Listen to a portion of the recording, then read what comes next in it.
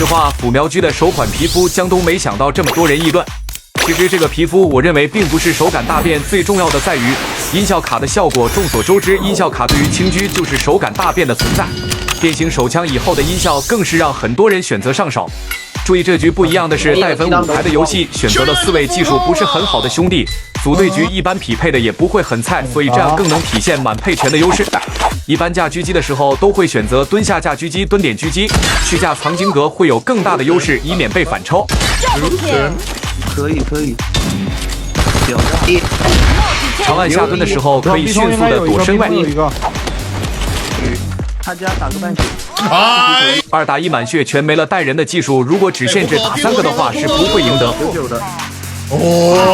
小刀看那么久，怎么他雷？于是第2局我就知道了，对面虎口人多，可以利用身位控制以及王姬的超快移速来 A 小，注意脚步。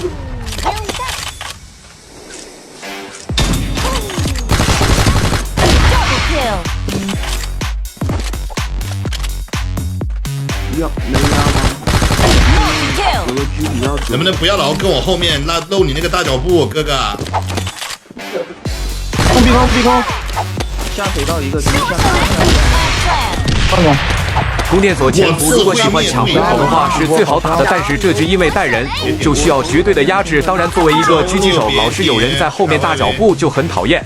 他那个就在打兄弟，我封烟啊，我封烟，说了几百遍了，这个4号是谁呀？把丁哥一个打半血。保卫一直让刚逼的队友不要出去中路对枪，但是还是不听。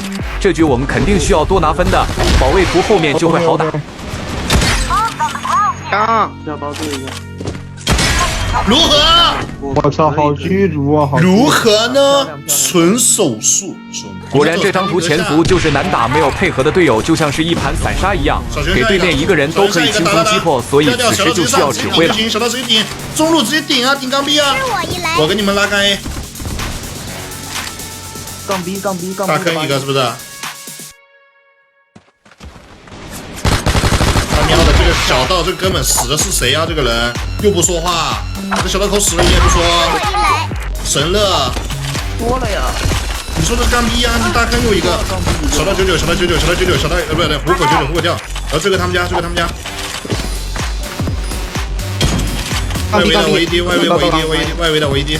因为这局是队友晋级赛，所以就打得比较紧张，压力肯定是要给到的。刚逼，好强！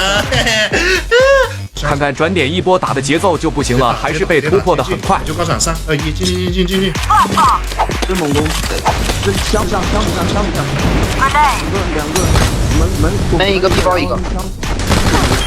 98，哎呦！有意思的对局就来了，这局还是要打好打。大比分的开始不能给翻盘的机会，晋级赛还是靠自己。小刀掉了，那个残疾格掉了，注意大坑。这有一个大刚第一个。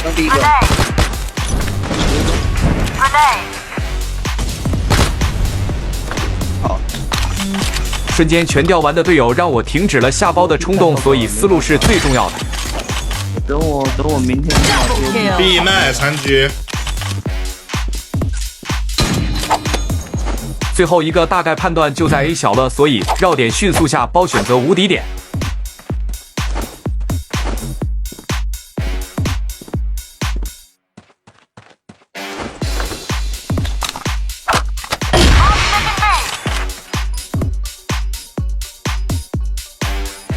注意这个箱子架对面家里还是必通，都可以去吸辅苗。